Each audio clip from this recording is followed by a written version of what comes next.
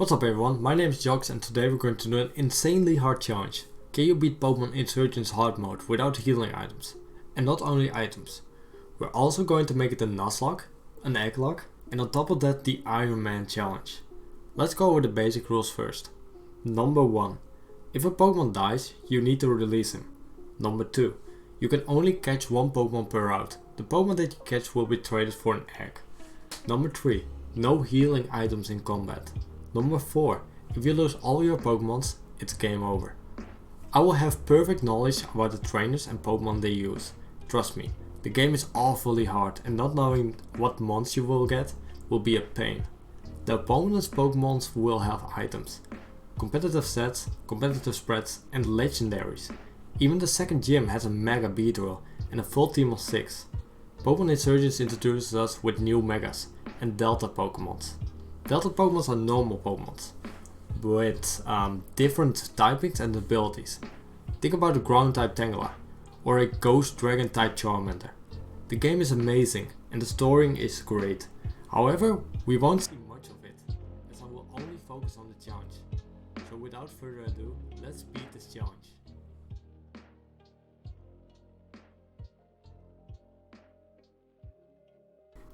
After we did the tutorial, we met up with Mew, a level 65 Pokemon that will carry me for the first 30 seconds of the game. Sadly enough, we cannot use Mew forever. We meet our rival Damien in the first city and get an explanation about Delta Pokemons. We are going to pick Delta Charmander, because our rival will have Delta Squirtle, making him 4x weak to fairy types. We trade our Charmander in for an egg and get a Starly named YOLO. Fitting, right? After destroying our rival, we catch our second Pokemon that turns to be an Yamask.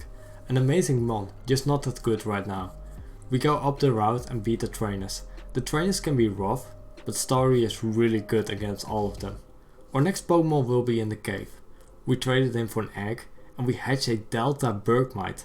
This Bergmite will turn into an amazing Dragon Rock tank. We finish up the cave and beat the Abyssal Cult.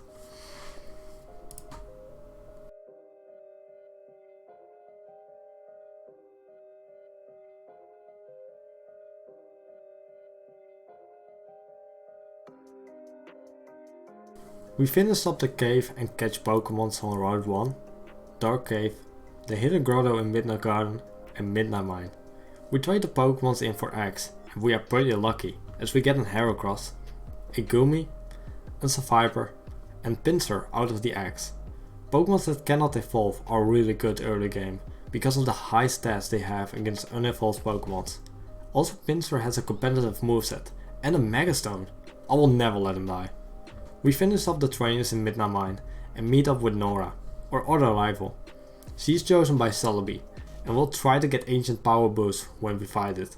For now we can just fight her normal team and she doesn't want to use it just yet. We finally come to our first obstacle, the Trainer School. The Trainer School is a gauntlet of battles that will insta-lock the first Pokemon you have for 3 battles.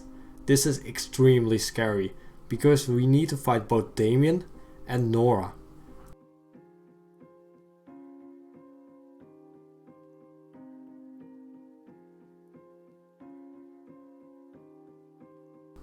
Damien wasn't as bad, we cannot destroy them like usual, but Nora was a different story. Nora almost kills Staravia, making us second Pokemon. With the power of God and anime on the side, we pivot between Survivor and Pinsir. Pinsir outspeeds the Quilava thanks to his Choice Scarf and kills the Quilava.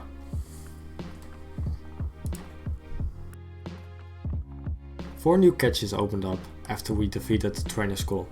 We catch a Pokemon on round 2. The Ancient Ruins, Midnight Town and Midnight Garden. We hatch the eggs and get Delta Fungus, Snover, Standler and Trapinch. I never used Delta Fungus and it has Prankster, so it's really cool. Snover will be useful for the gym, countering the sun. Standler sadly enough didn't have Intimidate and Trapinch didn't have his Megastone.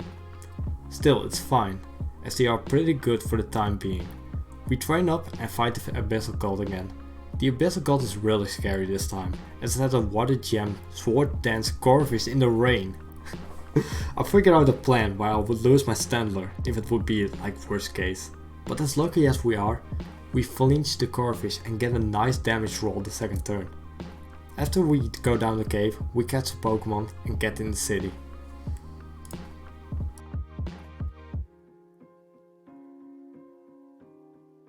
We have our 4 last caches left before we fight the gym. Yes, this game gives you a lot of Pokemons, I know, but only one loss will make you delete your save file, so I will use every advantage I can get. We fight a Machop in Suntouch City and get it from a guy. Poor Machop.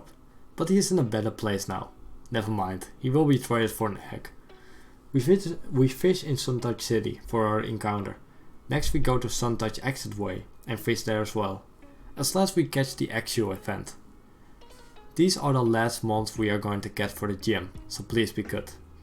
The Pokemons we hatch from the eggs are Delta Dunsparce, Pancham, Gligar, Delta Choco and Venipede. So happy I got a Venipede, the mascot, but it won't be useful right now. I figured out the team I'm going to use for the gym and going to do some grinding.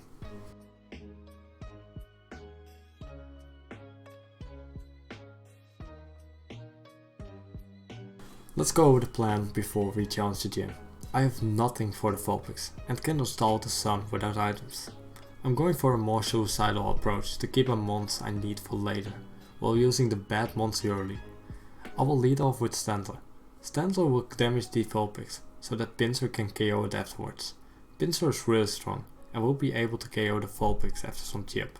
Same goes for the Delta Aron. Pinsir can also be used to one-shot the Dealing and kill the Charmeleon when it's slow. My Survivor walls the Dealing and Ivysaur, while my Dunsparce can do some great damage against the Charmeleon, if the sun isn't up. That's where Snover comes in. Snover is great for getting the heal up. I will be able to pivot around if the heal is up, and he won't do as much damage. The team looks solid, and sorry Stantler, but you're probably going to die.